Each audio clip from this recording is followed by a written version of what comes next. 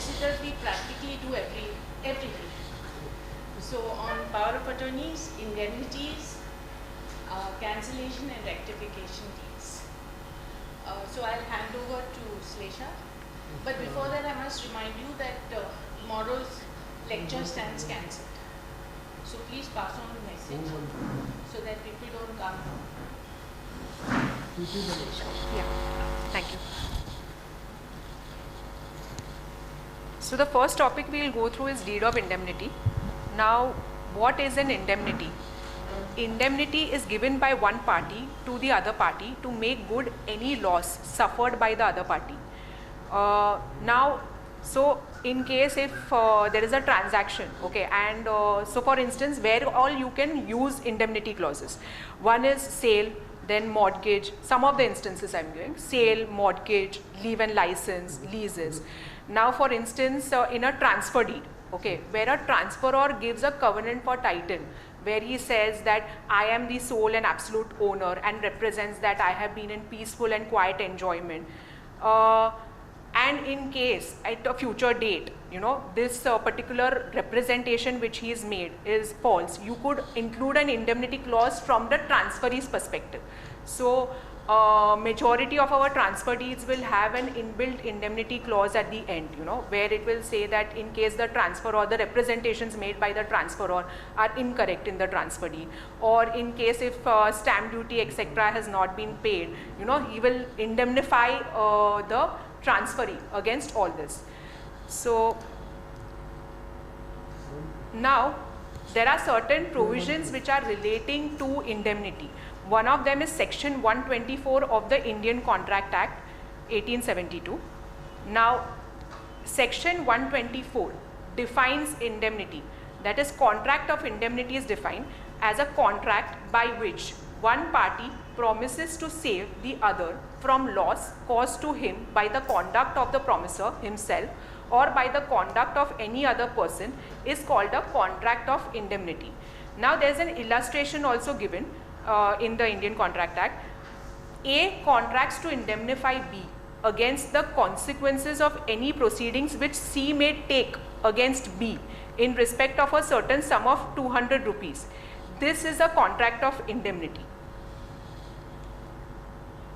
The other provision is section 125 of the Indian Contract Act, which provides rights of indemnity holder when sued. This particular section basically says the promisee in a contract of indemnity acting within the scope of his authority, this is very important, that he is acting within the scope of his authority, is entitled to recover from the promisor all damages which he may be compelled to pay in any suit in respect of any matter to which the promise to indemnify applies, all costs which he may be compelled to pay in such a suit if in bringing or defending it he did not contravene the order of the promisor and acted as it would have been prudent for him to act in the absence of any contract of indemnity, or if the promisor authorized him to bring or defend the suit, and all sums which he may have paid under the terms of any compromise of any such suit if the compromise was not contrary to the orders of the promisor and was one which it would have been prudent for the promisee to make in absence of any contract of indemnity, or if the promisor authorized him to compromise the suit. Now this is very important, that so in case if the means the person who has been indemnified, if he is acting within that scope of whatever authority has been given, then the indemnity clause will kick in. Now I have prepared a precedent deed of indemnity for you all. Club it in the transfer deed itself so that it's in a registered document. And you can also have like a declaration cum indemnity along with a transfer deed, where the transferor recites the full title of the property and indemnifies the transferee. So that kind of a declaration cum indemnity can be notarized. Okay, so now we'll go through this deed of indemnity which I prepared. Now whenever someone asks me to draft a document, I usually bifurcate it in various captions. Okay, so for instance, the first is the nomenclature of the document, that is a deed of indemnity. Then the next is the place of execution and date of execution. This is also important because place and date of execution will obviously, place would amount to a cause of action in case there is a dispute at a later date. Okay, and the date of execution is also important because from that particular date the most likely the indemnity may kick in. Okay, so it is between so and so party, that is, so you will mention the name of the first party who is basically giving an indemnity, okay, and the address and the expression clause. Anyone knows the expression clause? Please close the document by heart. Anyone knows the expression clause?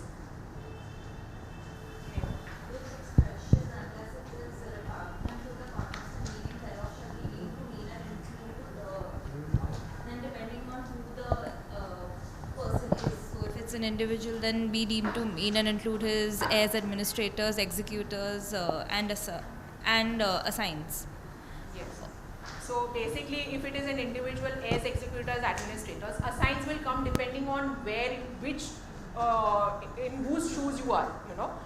So for instance, for a transferor, it will be heirs, executors, administrators. For a transferee, it would be heirs, executors, administrators, and assigns. Because later on he has a right, the transferee has a right to assign that particular right, you know. So therefore you put the word and assigns out there. Okay. Then if it is a, a company, would be successors. So depends on what entity you are putting as a party. Okay. So first you will put is the name of the first party, address and the expression clause. Okay. Then you will put the name of the second party, address and expression clause. Depending upon number of parties, you will obviously this will change. Okay. This particular deed of indemnity I have made it between is the vendor and the purchaser. Okay. Now, whereas is from whereas your recitals start. So basically, what are the recital, like what are the essentials of a recital? Basically, you set out the facts leading to the execution of the instrument. In this case, it is a loss of original title deeds which amounts to a defect in title, and therefore the vendor is indemnifying the purchaser. So first I have recited basically the recital A which is there. I have just recited the deed of transfer which has been executed between the vendor and the purchaser. Okay. Then I have described the whole premises. In recital B, I have mentioned that this particular deed of transfer has been registered. So what is the serial number or the registration number? I have annexed the index 2 of the transfer deed also to this. Okay. Then recital C, I have taken what means as a purchaser, what all representations I have taken from the vendor. So that few of the title deeds relating to the flat which are in his possession have been lost and or misplaced by him. Okay. Now, can anyone tell me, in case if you are doing a due diligence, okay, in a property where there is a loss of documents, what would that amount to? As a purchaser's attorney, what would you, what would you suggest, like advise your client? Yes. And what would it amount to? Suppose if you came to know that the vendor has lost the documents, what is your conclusion? Means few of the conclusions which would come to your mind. Correct. So what would you, and one is you will take indemnity. Anything else you would suggest? Yes, correct. Public notice and FIR. Yeah, basically a complaint before the police. Say, so the vendor or whoever has lost the title documents will file a complaint with the police that okay fine, I have lost or misplaced these title documents. That is one. Then public notice, as she said, that declaring to the public at large that these documents have got lost, okay, and that in case if the public at large anyone locates those documents, it shouldn't be misused and should be returned to that particular person. You will obviously provide for deed of indemnity also. You will also raise requisitions on title where you will put all these questions in your requisitions that the vendor has informed the purchaser that these documents have been lost. Has the vendor deposited those documents as security against any mortgage? The purchaser has to answer yes, no, whatever. If it is lost, then have you published a public notice? Have you filed the complaint before the police, etc.? So all those requisitions you will raise and you will have them answered by the vendor or the attorney. So Then I've described that these documents are known as lost title documents. Now he's made another representation that in spite of diligent search, these lost title documents he's not been able to locate them, and he's filed a police complaint. He's published public notices. Okay. And I've annexed wherever possible. So why I've done all this is to just show you that how much you can take care of the purchaser if you are representing the purchaser. So you annex as much as possible, So the public notices which have been published. If the public notices has been published by the vendor or the attorney, you will take a letter from the attorney saying that no claims have been received against this particular public notice. Okay. Then he has not deposited these lost title deeds with any of the, as a security or otherwise encumbering the premises in any manner whatsoever. Okay. Now the next clause D is that as a purchaser, I have relied upon his representations, all these representations he has made, and therefore I have entered into a deed of transfer with the vendor. Okay. And as a part of the transaction, I wanted indemnity, and therefore this particular deed of indemnity is being executed. Now, the next is the testator. That is, from this portion, the operative part starts. So, para 1 is just a general paragraph where I have said that the recitals form an integral part of the operative part, so that I don't have to again repeat the representations back again in the operative. You can still, if you want to, again repeat it in the operative part. Okay. And then para 2 is where the whole indemnity comes in. So in consideration of and pursuant to the execution of the deed of transfer dated so and so, the vendor doth hereby agree to indemnify and keep indemnified the purchasers, because it's a company, their successors and assigns, against all losses, claims made, action taken, liabilities incurred and or damages suffered and or costs, expenses incurred by the purchasers as a result of any of the statements, declarations, assurances and representations, etc. made by the vendor herein, being found to be untrue and or false, including on account of the lost title deeds being not handed over to the purchasers, or on account of any claim being made against the premises or the purchasers on the basis of the lost title deeds or any of them being deposited as security or otherwise howsoever. Okay, so this is an indemnity clause. And then you have the testimonium and then the scheduled description of the property and the signature clause. If you see the signature clause also, vendor is an individual, the purchaser is a company, therefore I have attached the board resolution. Means I mentioned the board resolution. Now just on this loss of title documents, in the deed of transfer you will also take a covenant from the vendor, basically saying, in addition to this indemnity clause, you will also take another covenant basically saying that in case if the vendor locates the title documents, or someone comes and returns it to him, then he or she will give it back, give it to the transferee and will not misuse it. Any questions on indemnity? Yes.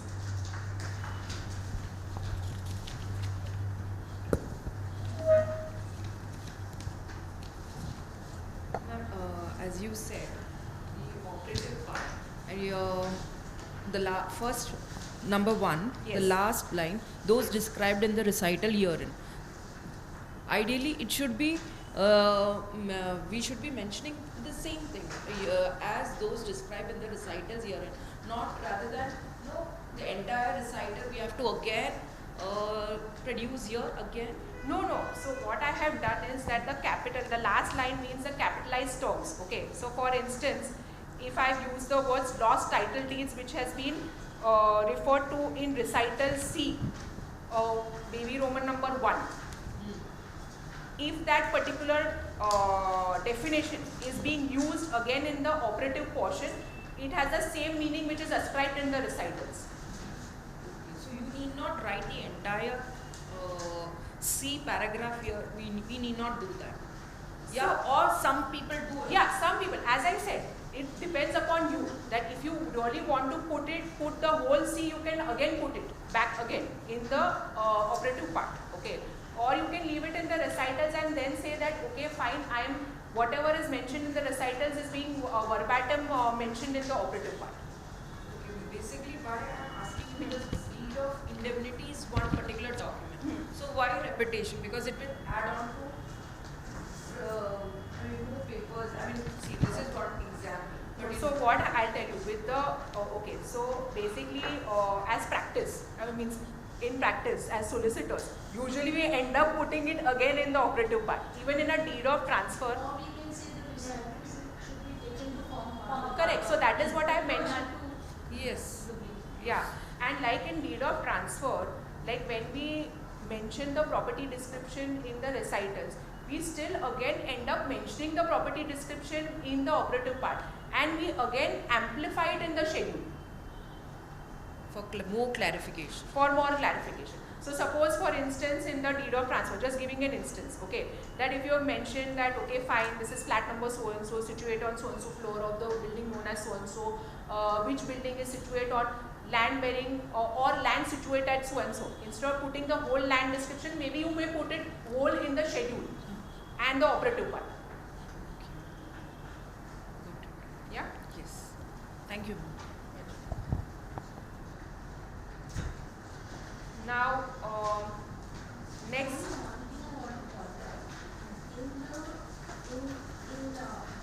In para 2 of the operative part, you must always remember to write this word hereby agrees to indemnify and not shall indemnify, because there are some judgments that say that if it is shall indemnify means you're not indemnifying now, you will indemnify in the future. So the words which hereby agree, so that you please mark it in the third line in para 2. And hereby agree and keep indemnify.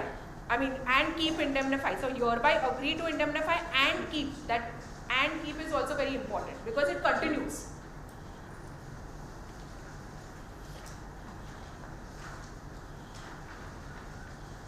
Any more questions?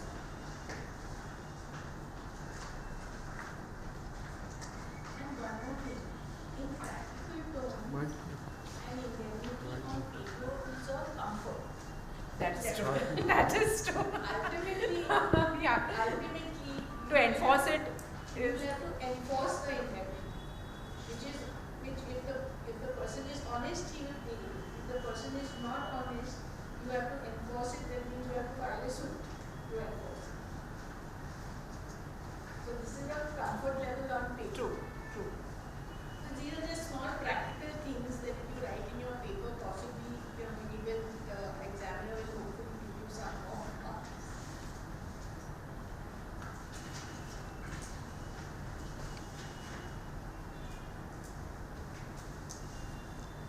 So the next topic is deed of rectification. Now, when is a deed of rectification entered into? Parties enter into a deed of rectification when there is some error or mistake in the main document. Now, when is such a document entered into? Parties enter into deed of rectification, as I said, if there is a error or mistake in the document. For instance, now in case in a transfer deed, okay, if there is if the area of the property is incorrectly mentioned, then you will have to rectify it the moment you discover it. You will try executing a deed of rectification to rectify the area. Okay. Then in case the description of the property such as CTS numbers are not mentioned or CS numbers, so CTS numbers is city survey number or CS number is cadastral survey numbers are not mentioned correctly, then you will try doing a deed of rectification so that your description of the property is mentioned properly. Okay. Then flat numbers, floor number is wrongly mentioned, there is an error in the name of the party executing the document. There is an error in the amount paid under the documents. You may have paid something, but you have by mistake mentioned in the consideration clause something else. Or you may have mentioned in number something and in the means numerical something, and in the words you may have mentioned something else, and you discover it, you may want to do a deed of rectification. Now certain modes to rectify the main document. One is that a deed of rectification can be executed by mutual consent. Obviously there has to be mutual consent of the parties to rectify that main document. Now if there is no mutual consent, then the complaining party may file a suit.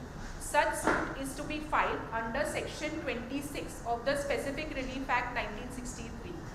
Now section 26 provides that where through fraud or mistake of the parties, a contract or other instrument in writing does not express the real intention of the parties, either the party or his or her or their representative in interest may institute a suit to have the contract or the instrument rectified.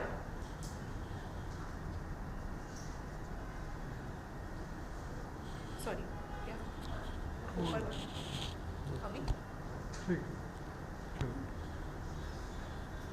Deed of rectification has been distributed. Just a minute, I have a question. Yeah, sure. See, there's a mistake in the document. It can be either rectified by mutual consent of the parties. It can be either rectified by the mutual consent of the parties, or one has to file a suit under section 26 of the Specific Relief Act. So, in the event, if the suit is decreed, yes. If the suit is declared in favor of the plaintiff, so Sure. a commissioner will be appointed who will go and file a how that error will be rectified when the suit is decreed, the procedure of rectifying the error. The suit, if it is decreed, to my mind it would be that they would direct the plaintiff to go and execute, and in case if it is registered, in case if the main document is also registered where that mistake has happened, then the court may also direct the plaintiff to go and register the document, the deed of rectification, before the sub-register of assurances. I'm not happy with the answer, with due respect. So I think the court commissioner may be appointed who will rectify it. How that defect will be cleared? That the question. plaintiff himself is a party to the document. Yeah. Okay. So the court may direct the plaintiff, as also the defendants, the court could have directed that you go, both of you all go. We are directing you all to execute this deed of rectification or a document which rectifies this particular mistake.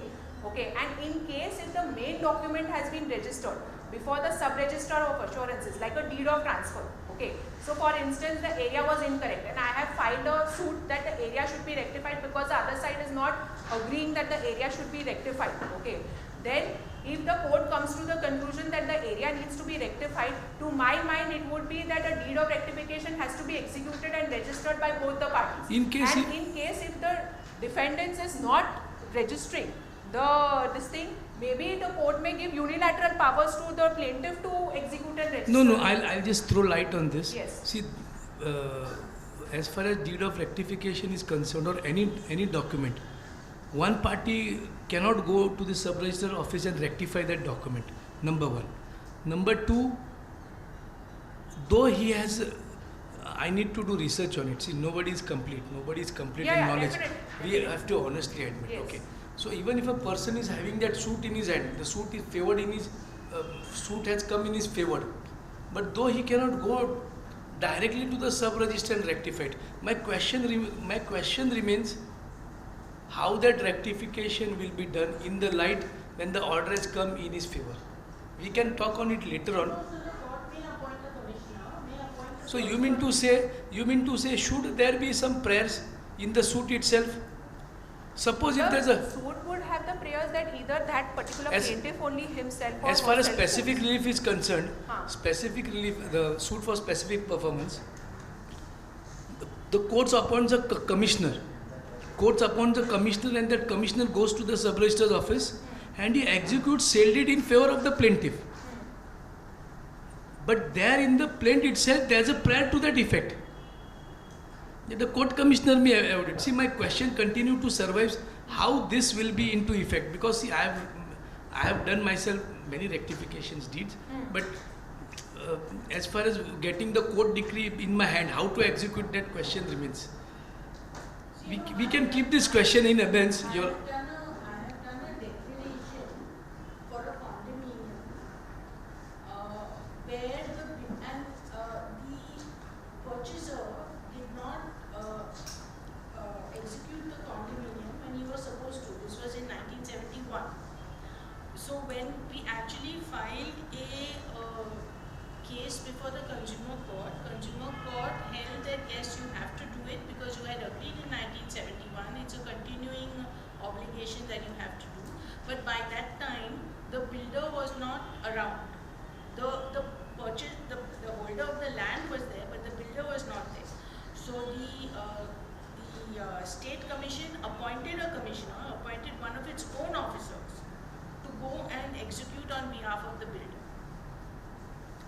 See, as far as condominium is concerned, that is a declaration under Section 2.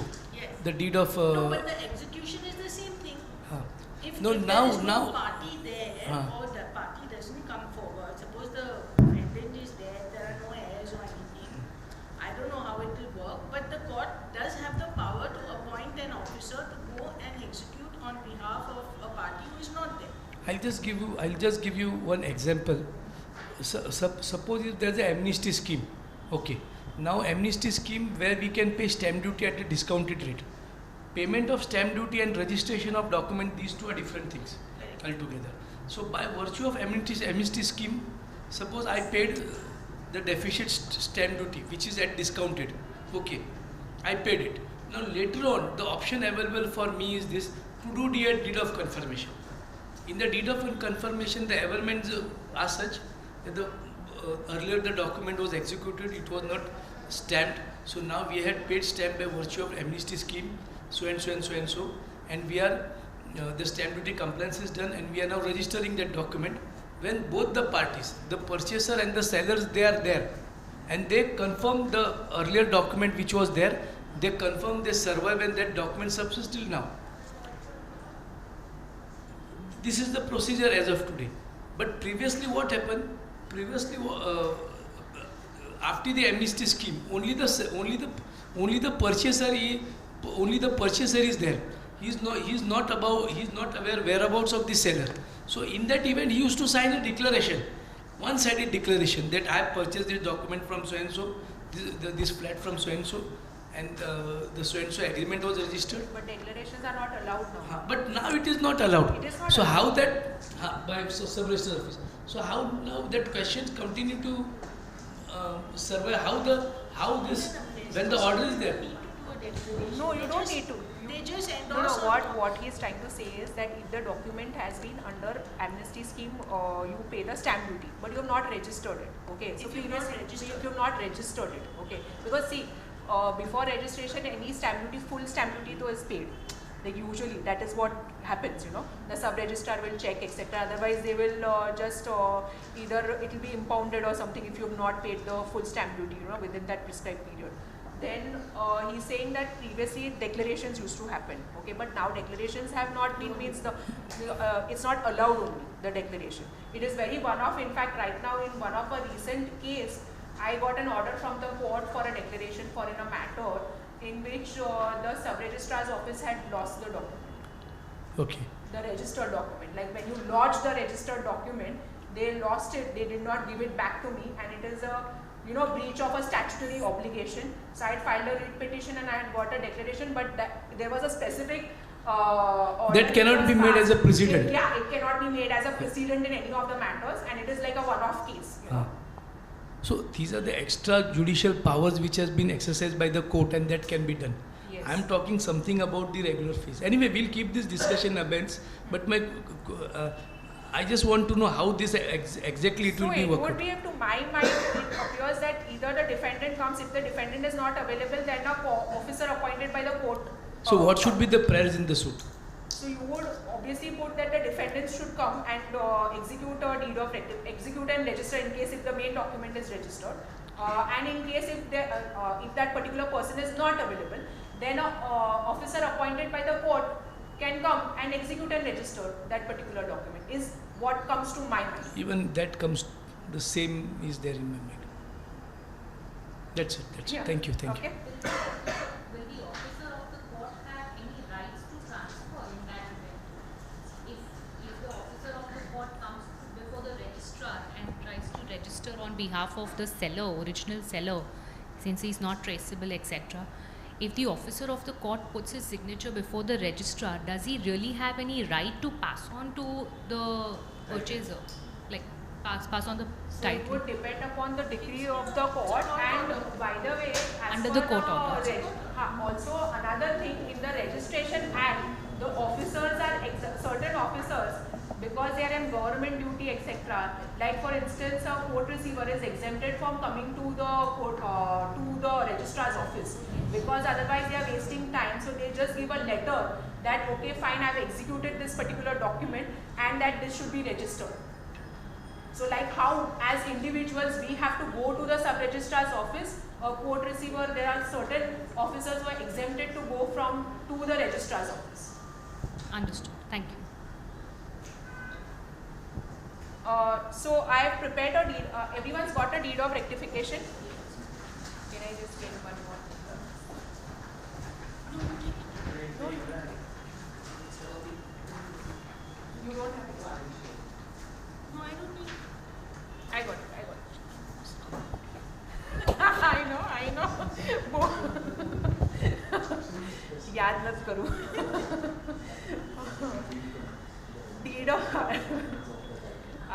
Deed of rectification. Okay, so only the seller will move, the society will move, and they do it. Okay. Even the register also.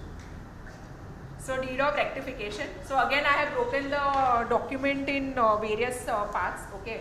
So first would be the nomenclature of the document, that is deed of rectification. Again place of execution and date of execution. Then in this case the deed of rectification is between the donor and the donee, that is to a gift deed basically. Okay. So you will again put the name of the first party, second party, address, expression clause. Okay. Now recitals, again you will put all the facts which are leading to the execution of this particular deed of rectification. Now in this case it is the change in the car parking spaces. Okay. So basically in recital A I have provided the execution, I have captured the execution of the deed of gift. Okay. In recital B and in recital A I have also put the whole description of the property which was mentioned in the deed of gift. Okay. Now in recital B I have put the registration number of the gift deed. Okay. And I have annexed the copy of the gift deed. You could annex the gift deed or you could annex the index 2 to this deed of rectification. Okay.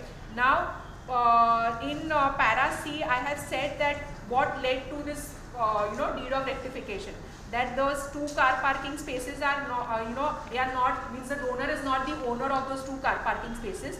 So in para D I have said that I need to then remove those words, the 2 car parking spaces in the deed of gift. Okay. And then there is the testatum clause and the operative part starts. Basically again para 1 is a general paragraph that I am not repeating everything which is mentioned in the recitals. And in para 2 I have mentioned where all I need the rectification to be done. Okay, so agreed, recorded and confirmed that clause dash of the recitals to the registered deed of gift dated dash, clause dash of the operative portion and clause dash of the schedule to the deed of gift be deleted and be substituted or replaced as mentioned in the schedule here under written. So in the schedule I have amplified as to what rectification I need. Okay, it is recorded that save and except the aforesaid, there is no other change either in the schedule to the deed of gift or in any other terms and conditions of the deed of gift. So save and accept what is mentioned in the schedule. There is no other change in the deed of gift. Okay. Now it is further agreed, recorded, declared and confirmed that the deed of gift executed between the parties as corrected in terms of the deed of rectification is valid, subsisting and binding by, between and upon the parties hereto. Okay. And then the next one is that out of pocket expenses, stamp duty, etc. Who is going to bear it? Okay. Then there is the testimonium clause and then there is the schedule which is there. The schedule basically sets out the rectification which is required in the main document. So I will just read one of them, that is clause dash of the recitals of the deed of gift. The existing clause 2 inverted commas 2 garages bearing numbers so and so and so and so and the 2 open car parking spaces all situated in the compound of the said building into brackets the definition of both of them to be substituted, replaced by the following clause: 2 garages bearing number 7 and 12A situate in the compound of the said building, that is garages. Okay, so we remove the 2 car parking spaces. And the similar amendment we will do it in the operative part as also in the schedule. Okay, and then we have put the signature clause.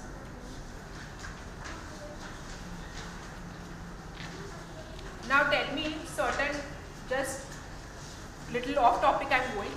Tell me what are the essentials of deed of gift, some of the essentials.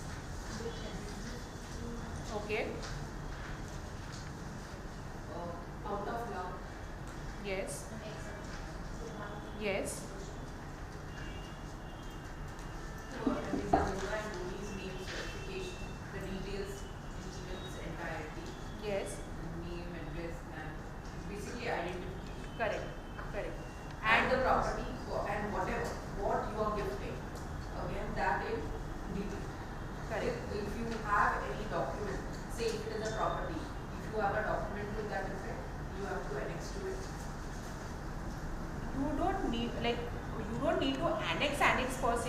annex the index 2 also, in case if you are, or a share certificate, in case if it's a flat in a society, if you have a share certificate in your name, that should be sufficient to be added, annexed to the deed of gift, you know.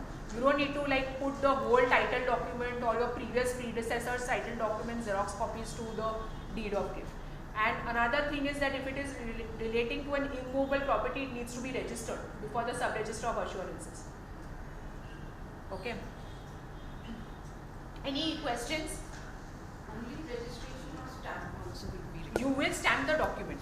Stamp. You will stamp the document. You will stamp the deed of gift as per the provisions of the Maharashtra Stamp Act. Stamp back. Okay. You all have the articles relating to gift deed as, okay, so what would be the, and what would be the stamp duty in case if a mother is gifting the son, okay, I'm again, just let me complete it. Mother is gifting the son a residential flat. Something 2 to 3% something.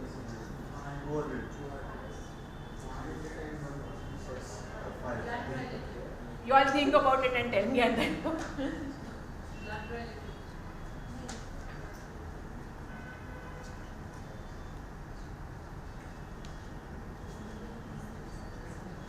We'll come to that article also. I'll show you the article. I'll explain it to you. The deed of gift. Neha, if you can just download that article, the Maharashtra Stamp Act.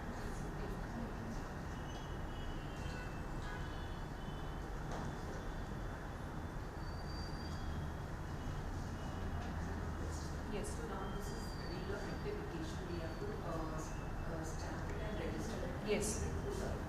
Sub-register. Sub-registrar's office. Yes. In case now we are well aware that there are chances of this documents getting misplaced. Which documents? I mean, if from the registrar's office, in Yes. case I'm giving a situation, if it is misplaced, so the earlier document, say the gift deed, and to that effect we are filing the deed of rectification. So is that the main document, the gift deed, has to be? I mean, there should be a notification on the gift deed that there is a deed of rectification to that effect on so and so. No, Or so the- you are saying that the deed of rectification is misplaced by the registrar's office.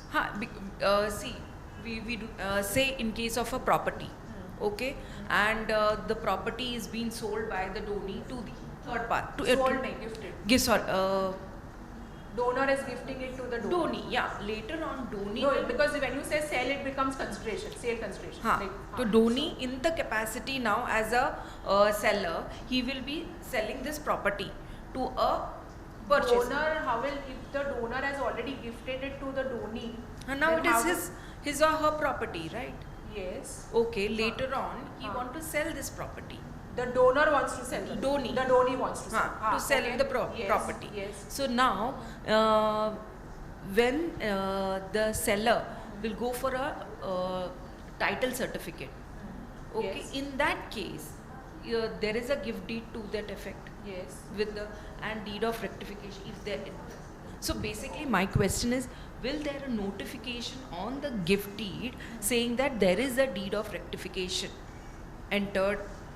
Like amendment where how we make it. So usually Yes. when we do the deed of rectification, there is no like they don't go back and write it on top or something. Okay. And when you are doing it for the seller, means for the purchaser. So in case if it is the deed of gift has been entered into by the donor to the donee. Okay. And there is a deed of rectification after that. And now the donee is selling it to a third party. The third party's attorney will obviously take search at the sub-registrar's office, and all the documents, majority of the times, unless it is mutilated records or index 2s are torn or whatever, you will get that in the search that this is the deed of gift and this is the deed of rectification. If the deed of rectification has not been given by the vendor to you, you will obviously raise a requisition for the vendor to give that deed of rectification to you. And if they are not giving, possibly they will obviously give, but in case if it's not there, then you will apply for a certified copy from the sub-registrar's office. So basically my question was that whether there will be a notification in the original gift deed that there is an deed of rectification. According to me, it is not there, but I can check and report on this. Okay. I think, Okay. see, that rectification, I may be wrong. The deed of rectification is not obstacle For the further document, that is deed of gift. But the query which he has put is this, whether that deed of rectification has to be included in the deed of gift. But that can be, But the deed of but that recital can be put, I Correct. think, only for the sake of convenience of No, but you the. will never change the deed of gift. The deed of gift is already executed and registered. You can't change that. Means you can't like go and again add in or do any pen written changes or anything on it. Okay. Your deed of rectification will be read with the deed of gift. Like you will means the deed of rectification will recite the deed of gift and you will annex the deed of gift or the index to saying that I want all these changes to be made. So the deed of gift read with the deed of rectification will be your whole document. So that is how we will be noting in their register as. So it will be mentioned in the index to as deed of rectification. Okay. To the deed of gift, and then there will be whatever is the flat description, etc., and the parties who are executing it, and how much ever stamp duty you have paid or how much ever registration charges you have paid, all that will be mentioned in the index too, which will actually give a synopsis of that document.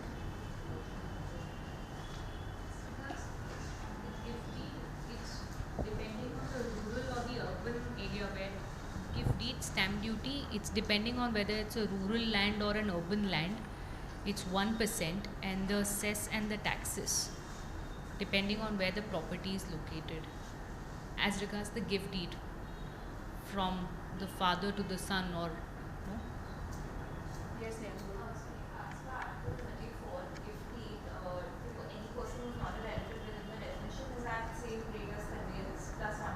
Correct. Correct. For a relative which is a family member, being husband, wife, brother or sister, or any lineal ascendant or descendant is 3% plus 1% cess. And if it is agricultural, then 200 plus.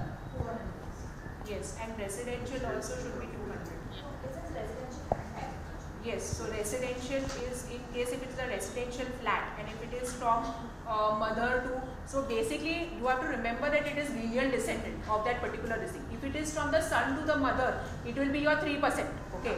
But if it is from, that is why I asked you specifically, if it is from the mother to the son, then it is 200 rupees and you have 1% metro cess. During in fact lockdown, that 1% metro cess was lifted and therefore everyone could do it on 200 rupees for a long time. And after that again the 1% metro cess was put in. The same thing, mother to son. Mother to son or even the grandson also. But if it's commercial, then it's 3%. Yes, it is 3%. That's why I said residential flat I specifically asked you. Now, did you get the distinct, like that's why I wanted you all to apply your mind on this. So these are the distinguishing points for the stamp duty payable on the deed of gift. Okay. Now deed of cancellation. Deed of cancellation is a deed by which parties cancel an earlier transaction. Now certain modes for cancellation of a document.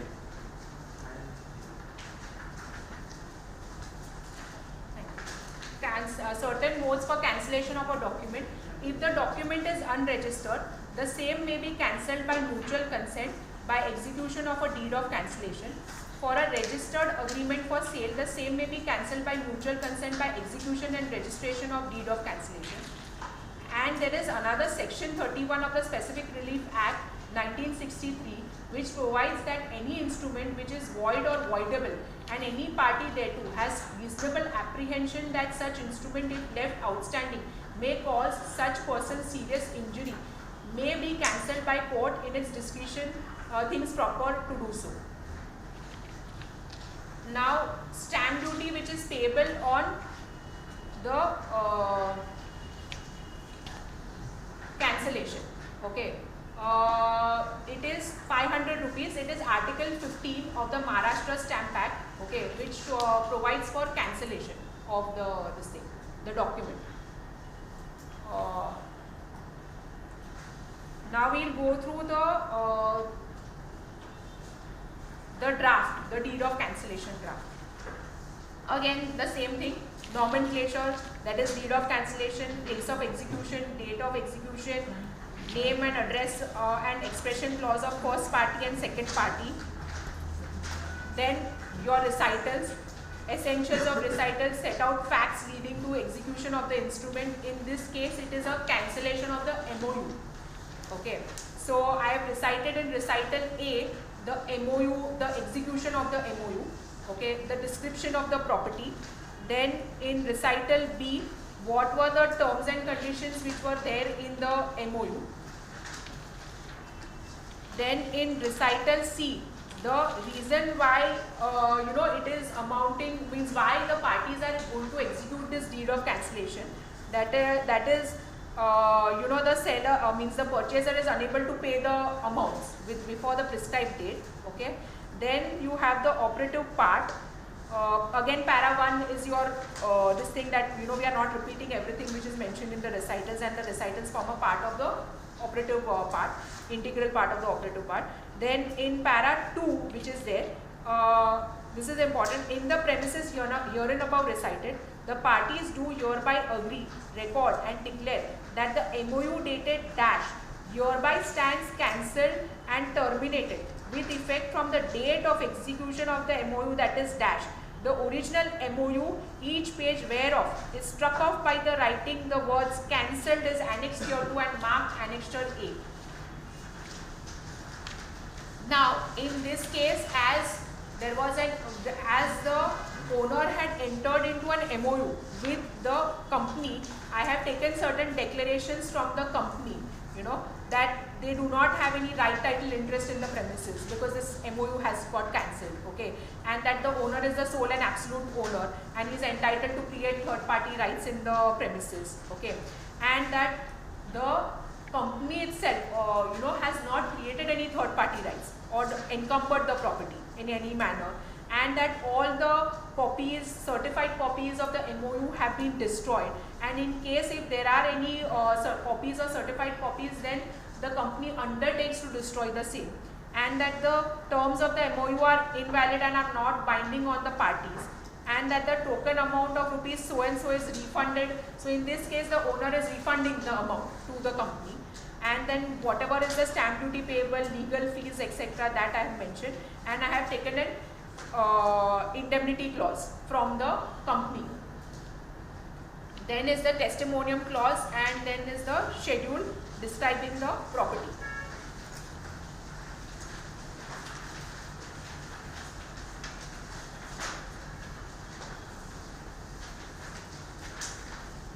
Next is the, any questions?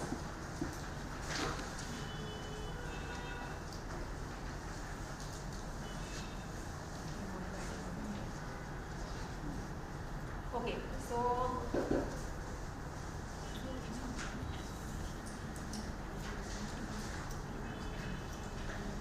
ask for refund, and depending upon the Maharashtra stamp factor, you have to ask for refund within certain prescribed time. So that that's a whole process again. Certain amount is deducted by the government themselves. Power of attorney. What is a power of attorney? Section 1A of Power of Attorney Act 1882 provides that in the Act, power of attorney includes any instrument empowering a specified person to act for and in the name of the person executing it. Then Section 2R of the Maharashtra Stamp Act defines power of attorney. It's an inclusive definition. Power of attorney includes any instrument not chargeable with a fee under law relating to court fee for the time being in force, empowering a specified person to act for and in the name of the person executing it, and includes an instrument by which a person, not being a person who is a legal practitioner, is authorized to appear on behalf of any party in any proceedings before any court, tribunal or authority. Now, the next definition I have just put it just to understand what actually all this means, is a POA is an instrument executed by a person known as a principal, whereby the principal designates or authorizes a person known as an agent or a consular attorney to act on behalf of the principal within the powers provided in the POA. Okay. Now, certain provisions which require a registered power of attorney.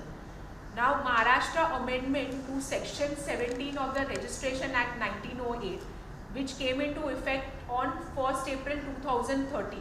Now, this particular amendment provides that it provides that an irrevocable power of attorney relating to transfer of immovable property in any way executed on or after 1st April 2013 is required to be registered. Okay.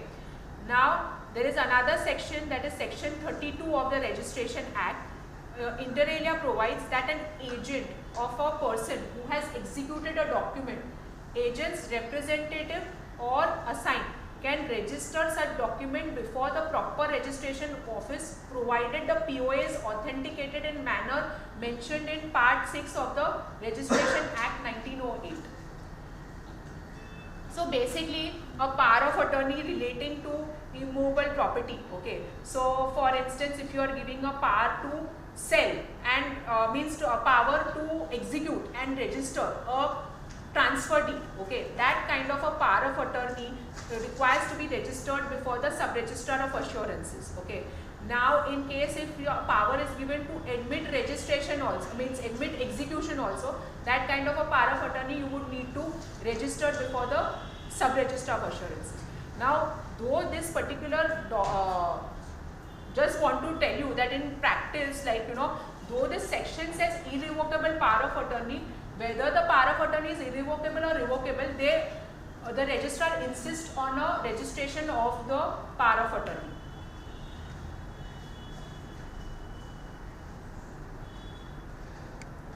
Now, when I just thought to even speak about this, about cancelling or revoking a power of attorney, like my suggested views depending upon the judgments which have been passed, and just few of the precautions which you could take, because if a power of attorney is kept, like if it is not revoked, like if you don't, like suddenly you don't trust the person, and you want to revoke it, then what all steps you should take, to revoke that kind of a power of attorney, because a power of attorney authorizes the agent to do whatever on behalf, means whatever is mentioned in the power of attorney on behalf of the agent, on behalf of the principal, sorry. So, the principal of the POA may choose the may choose to follow several precautionary steps when cancelling a registered power of attorney with regard to an immovable property, few of which are listed below. Now, the principal and agent to execute and register a document inter alia recording the cancellation or revocation of such POA and such as a deed of cancellation. Additionally, the principal should ensure that the original POA and all copies thereof are in his or her custody and are cancelled by striking through it by a pen or destroying it. One question I am having. Yes. Suppose the power. Can I just finish this and then we can? Yeah. Thank you. A notice of such revocation or cancellation of POA must be published in the 2 or more daily newspapers, one of which being English, so as to intimate the public at large that the power of attorney has been cancelled. And in the event the agent does not cooperate to cancel or revoke the POA, the principal may consider taking legal action against the agent. And you will also need to intimate the agent specifically, like you should, like by a notice, you should intimate the agent that the power of attorney has been revoked.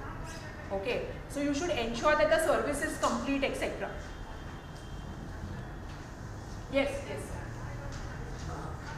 My question is this: suppose 4 persons are giving power of attorney to one person. That one person is the constitutional attorney, and out of that 4 persons, 1 person is dead. So, what would be the status of that power of attorney?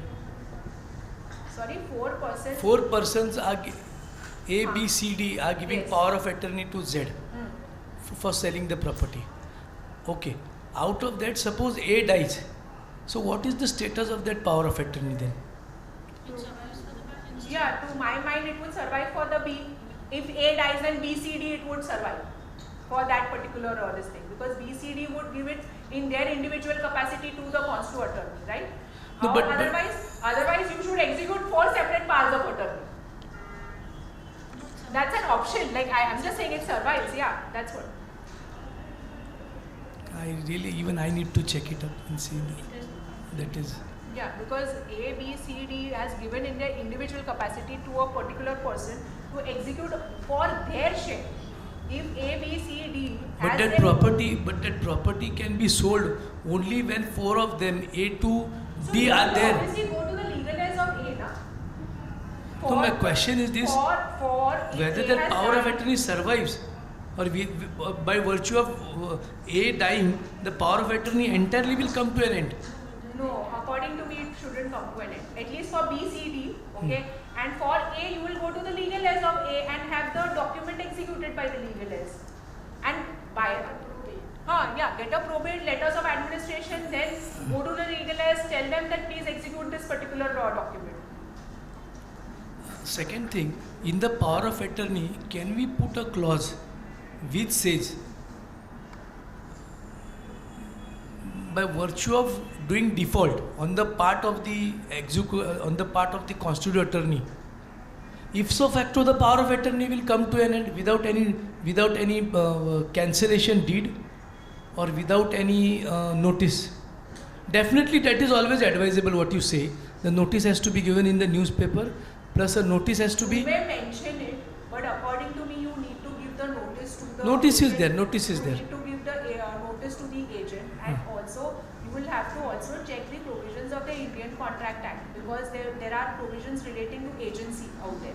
So the agent has to be working within the scope of powers given. Cannot just do something for So you mean to say his or her profits. you mean to say contract act will come into picture? Agency, yes, agency, wherever there is a principal agent or this thing, then you will definitely see the provisions of Indian Contract Act also. To my mind, that comes to. I will check it up. Yes. I will check it up. And apart from the power of attorney comes to an end when somebody who is given the power of attorney passes away, but also when he becomes of unsound mind. Yes. Yes. That is yes, very important. Yes. Yeah, physically and mentally he should be sound. No. What she's saying is, in case after the power of attorney, so at the time of when the power of attorney was executed, that particular person was of sound mind. But suddenly, After passing of time. Yeah, after executing it, he became of unsound mind. Then that particular power of attorney comes to an end, because that person has become of unsound mind. But that should be of knowledge to the constituted attorney. Constituted attorney should have this thing done in good faith, but it's a question of before a court of law whether it would. So normally when a power of attorney is being registered with the bank, they will need, suppose you make a power of attorney. Can you speak louder, please? If it is being registered with the bank, a power of attorney, that's why they always ask the person who is giving the power of attorney and person who is taking both to be present to see that they are not only that they are alive, but he is of sound mind also.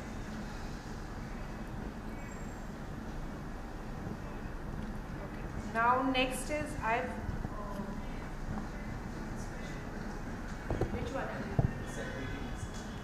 Admitting discussion. Yes.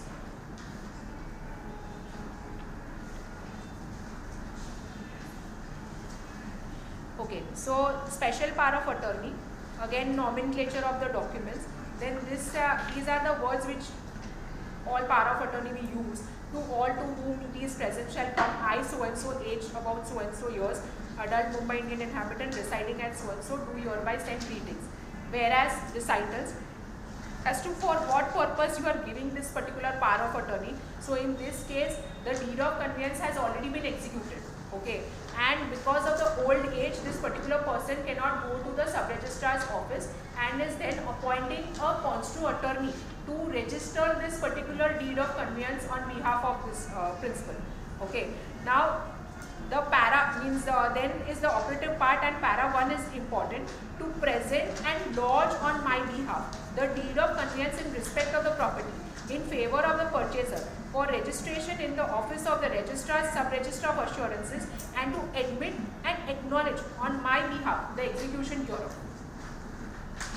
And then there is and generally, which is also again standard in all usually in all of, means majority of the powers of attorney, and generally to sign all letters, correspondence and perform any other act, deed or thing whatsoever which ought to be done or performed, or which in the opinion of the attorney ought to be done or performed in or about my concerns and engagements of every nature and kind whatsoever, as fully and effectually to all intents and purposes as I myself could do if I were personally present, and did the same, it being my intent and desire that all matters and things respecting the same shall be under the full management and direction of the said attorney, and for the better and more effectually doing, effecting and performing of the several matters and things aforesaid. So whatever is mentioned in the power of attorney, and all and whatsoever my attorney shall do or cause to be done in or about the premises, I do hereby for myself, means not only for the principal but my heirs, executors, administrators, because in this case it's an individual,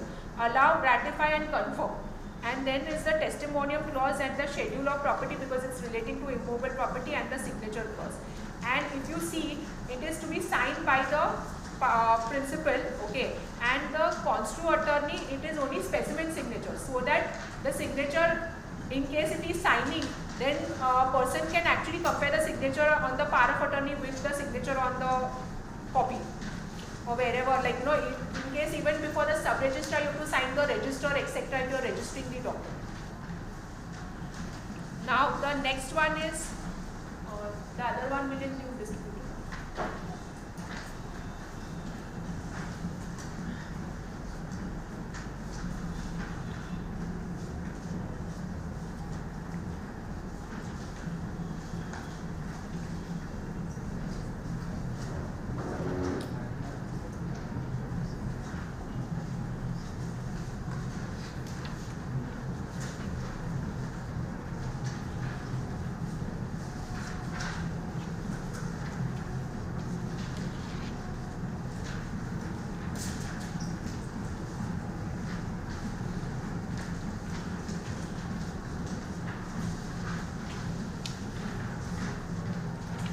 Special power of, everyone's got the copy?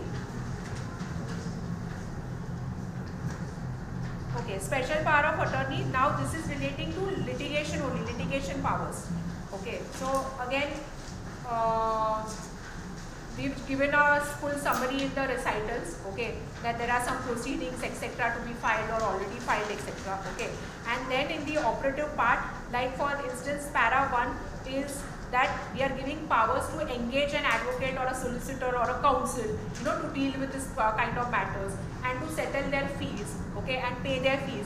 Then to act and do, like, initiate or continue, you know, the legal proceedings which are there, you know, and we have given a full description, inclusive, like an inclusive definition we have given, like suits, petitions, arbitration proceedings, etc. Okay. Then the next one is to prosecute and or defend all the actions which have been taken in relation to this particular flat. So we are only dealing with the dispute relating to this particular flat. So we have concised it to that. Okay. Then the next one is that in that particular 3 only, we have also given the powers to execute the wakalatnama, affidavits, petitions, suits, claims, written statement, you know. And in then para 4, we have said that you can appear also, means a constitutional attorney can appear before the court, any courts, any tribunals can file complaints, etc. And then in para 8, we have provided that they can ask for refund of the fees from statutory authorities or court fees or, you know, and any other deposits, you know, relating to this particular suit. And the last one is to accept services of any process of the court and or any authority in such suits, etc.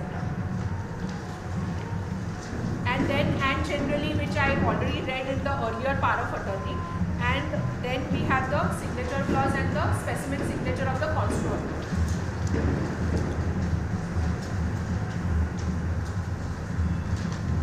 Now the next one is general power of attorney. So general power of attorney would also include all these powers which we have already given, like the litigation powers. So it would include litigation powers dealing with immovable or movable property, like sale, purchase, taking it on hire, lease basis, tenancy basis.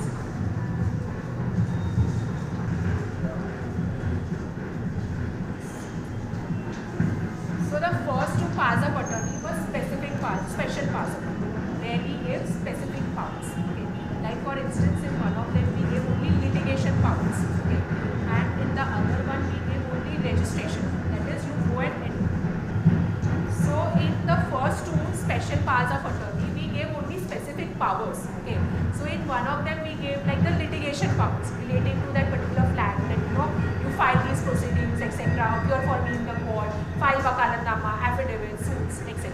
Okay. And in the other one, the first one which we read, we gave only the registration power. That is, the document was already executed and this particular person was permitted to go on behalf of the principal and register the document before the sub-registrar of assurances. Now a general power of attorney, as the word only suggests, is more general. Like, you have lot of powers which you have given under general powers, So like for instance, you have given for sale and transfer of movable and immovable properties. Like you can give powers relating to hire premises, put it on lease, give it on tenancy basis, leave and license basis. Then with regard to movables, shares, joint stock companies, you can give those powers. Then you can give powers relating to, he can go and vote for you on his behalf, then can appoint proxies, etc. on the behalf of the principal. So there are various powers which have been provided in this general power of attorney. So first is again who's executing this power of attorney. You will mention the name, if you want you can mention age, etc. also. Okay, then where that particular person is residing. Okay, then that specific, the recitals, basically giving a summary that I have several movables and immovable property, and that because of the reason why I am giving a power of attorney, maybe that you are not available in India possibly, so you may be giving a general power of attorney to someone for the matters relating to your whatever, your residence, etc., etc. Okay, so like for instance, the first power is relating to rentals and license. Okay, so to take possession of and receive rents, interest, profits, manage movables and immovable property, on behalf of the principal. Then the next one is surrender or lease, or give it on lease basis or tenancy basis, your particular property. Okay. Then the next power which I have provided is for repair, rebuild of your property. Like you can give those powers that particular person, the consular attorney can repair your property, maintain the property. Okay. Then there is for management of property, what would you need? The consular attorney can appoint and employ agents, clerks, etc. to manage the immovable property or movable properties.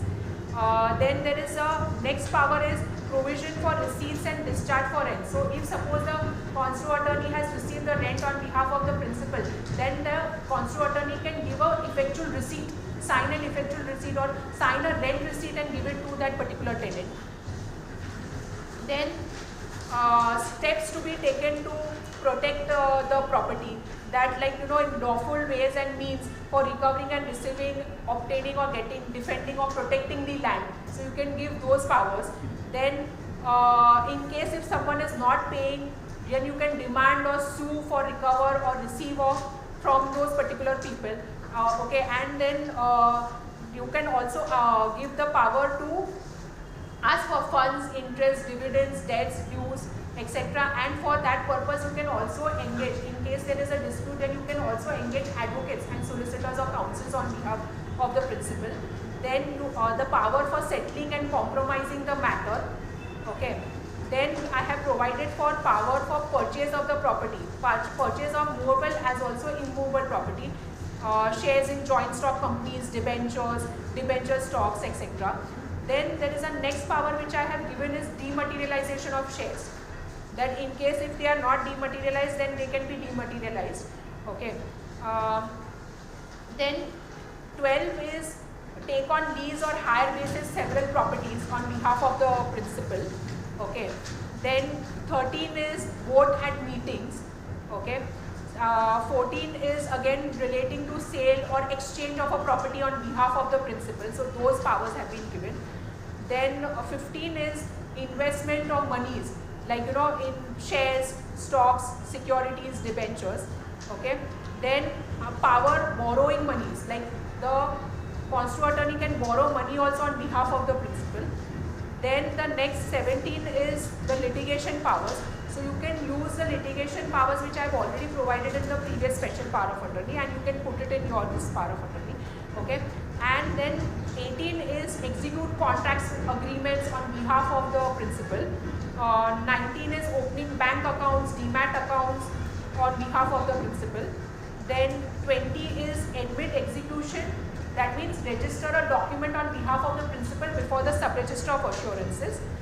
And 21 is appear before the office bearers. Okay, so this particular power of attorney, as I said, the name suggests general power of attorney are given wide powers to a person to generally act on your behalf. Okay. Then the next is basically what is the stamp duty payable on the power of attorney. So that is Article 48, which is there. Article 48 to the Schedule 1 of the Maharashtra Stamp Act provides for what stamp duty you will pay on the power of attorney. So I would go directly to the immovable property in case if the power of attorney is relating to an immovable property. So when authorizing to sell or transfer immovable property without consideration or without showing any consideration as the case may be, so if it is given to the father, mother, brother, sister, wife, husband, daughter, son, grandson, granddaughter of father, mother, brother or sister of the spouse, then it is rupees 500. But in case if you are giving it to someone else who is not falling within this definition of relatives, then it will be the same stamp duty as leviable under Article 25 of the conveyance. What is the the amount stamp duty payable under Article 25? Correct. So this article basically deals with the power of attorney. So in case if you are giving power of attorney for litigation powers, okay, that would attract 500 rupees. Okay.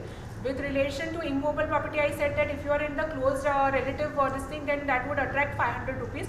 But in case if you are not in that close relative, this definitely means the relatives which have been provided specifically, then you would pay the same stamp duty as payable on the under a conveyance. Another thing is that many times what happens is along with the transfer deed, okay, we execute powers of attorney also. So for instance, I am just giving an instance, okay, that suppose if it's a transfer deed relating to a condominium, okay, means you are buying a flat in a condominium, okay. So does anyone know the difference between society and condominium? You own a percentage of the land along with the normal flat. Okay. Okay. And in a society? But in a society, We have shares in it. We are not the owners of the property. We have shares in it. And undivided shares in the No, society.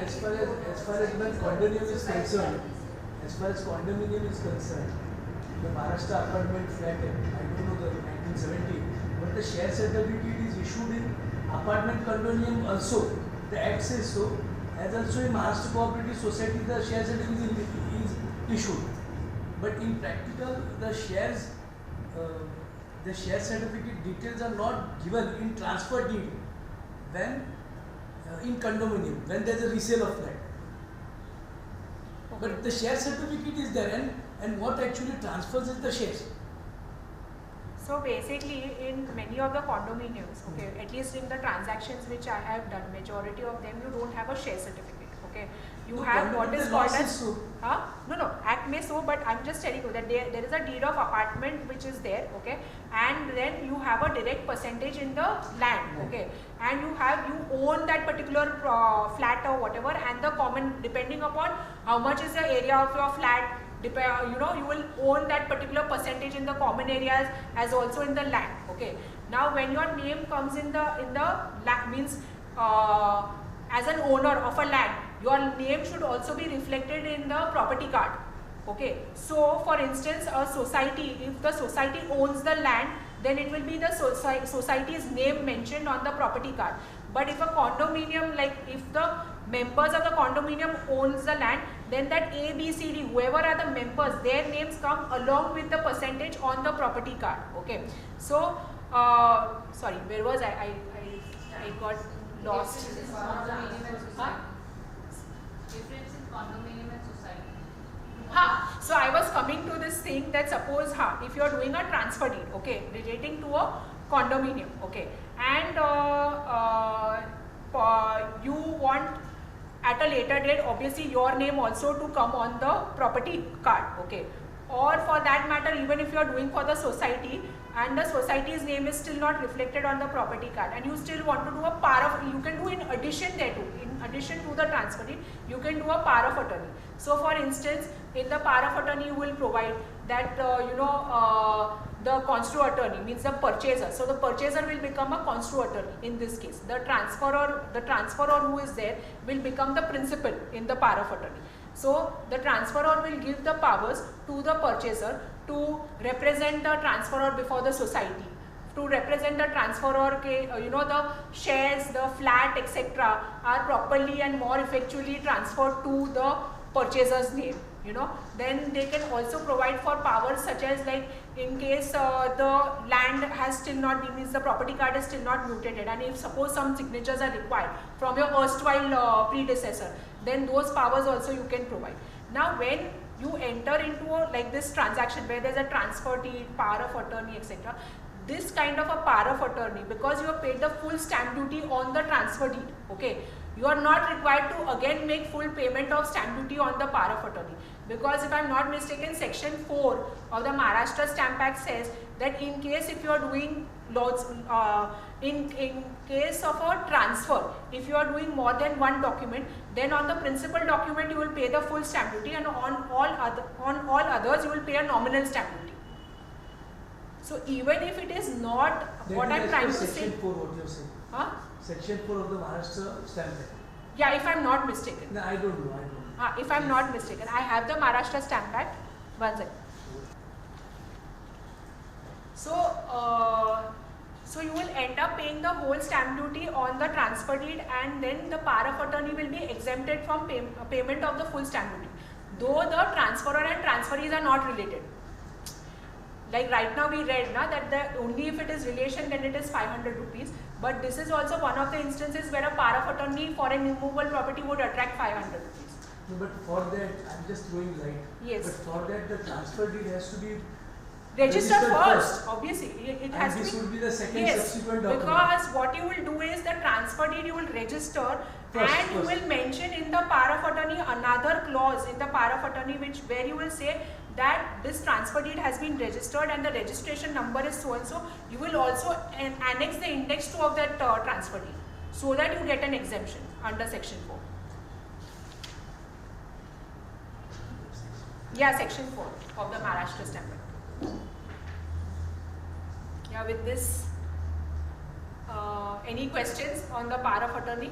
Yeah, one question. A power of attorney in lieu of consideration, can it be revoked? In lieu of consideration cannot be revoked. Unless it is breached or something, you have gone beyond that powers, etc. Then you can maybe sue the agent to that effect. But it cannot be revoked because the consideration has already passed, and therefore those power of attorney would, in that sense, amount to an irrevocable power of attorney. You can actually put a time limit in the power of attorney also. Like for instance, in immovable properties, like we can put a limit, once the shares are transferred, the power of attorney will be like cannot be used further. You can put that kind of clauses. Or you can put a time limit that only within, this power of attorney can be used only for 3 years or whatever is the specified time limit.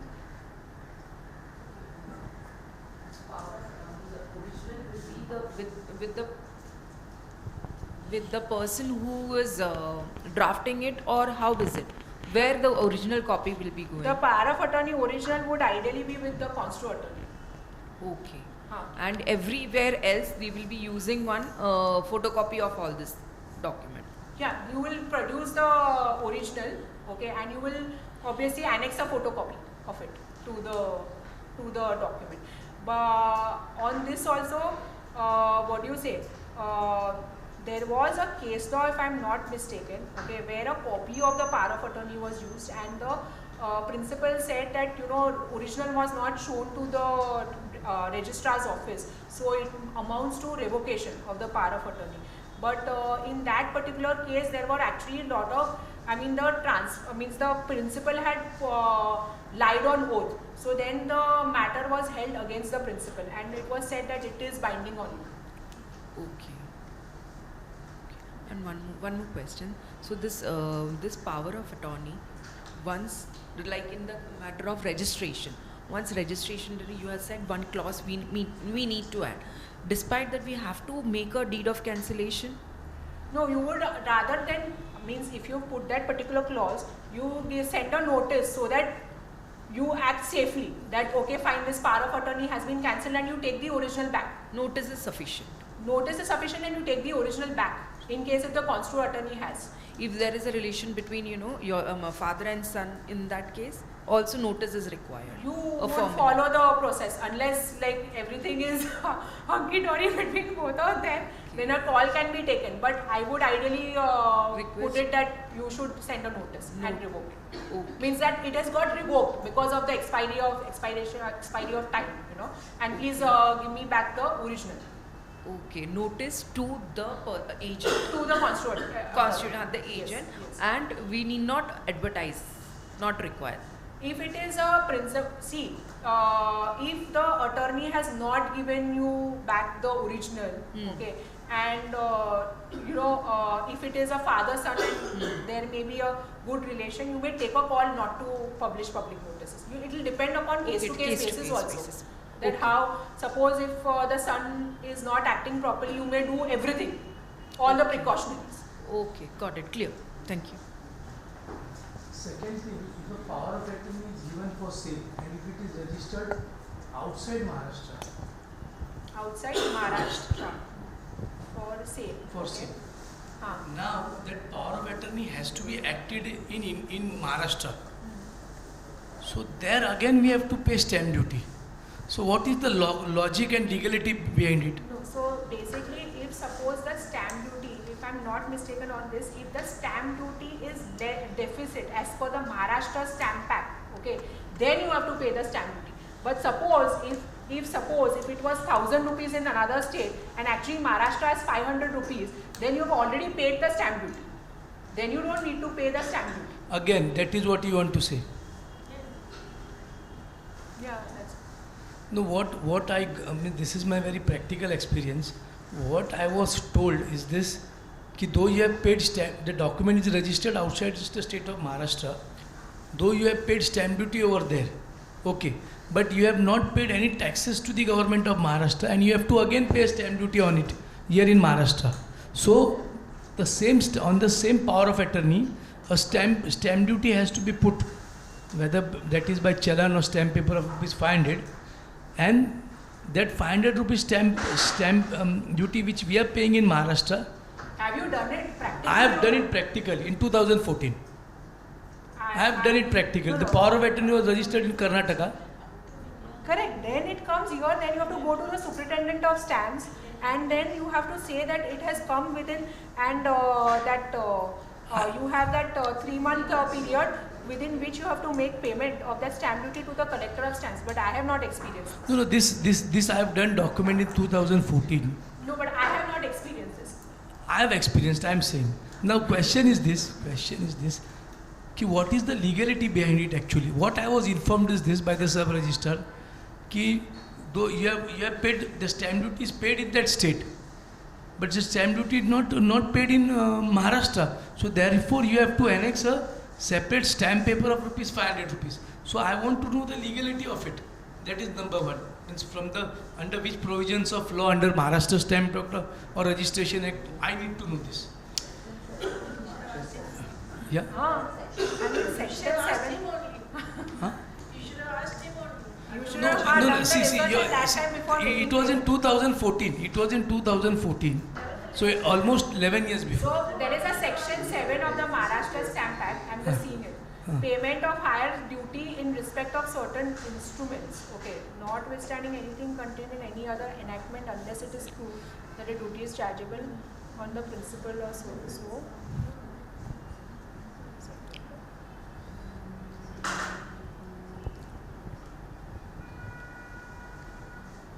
Would when when received have been chargeable under the duty chargeable on an instrument of sale, mortgage or settlement other than principal instrument or counterpart duplicate or shall keep the principal amount of wood when received in this state have been chargeable under the act with a higher rate of duty be the duty with which the principal or original would have been chargeable. So if suppose that would be reversed now, that if it is a amount which is higher, then you don't have to make payment. Please see section 7 now of the Maharashtra Stamp Act for this. No, the sub-registers, see, they are not lawyers actually, but they are Then doing. you have to go and show them the provisions. Henceforth, if such questions come, I will definitely. You will have to show them the provision. I agree that practically you are many times sub-registrars, what do you say? They But have we also have mind. to. But see, though they are not lawyers, they are the registering authorities. I absolutely agree. We do respect their knowledge Correct. and their inputs. Correct. Like for instance, I said that an irrevocable power of attorney, actually the Registration Act provides, Maharashtra amendment provides an irrevocable power of attorney for sale needs to be registered, compulsory registered. But we do it for both, whether it's revocable or irrevocable. Yeah, totally. There's a practical difficulty which means, but we do it. Yeah. So that the transaction goes ahead.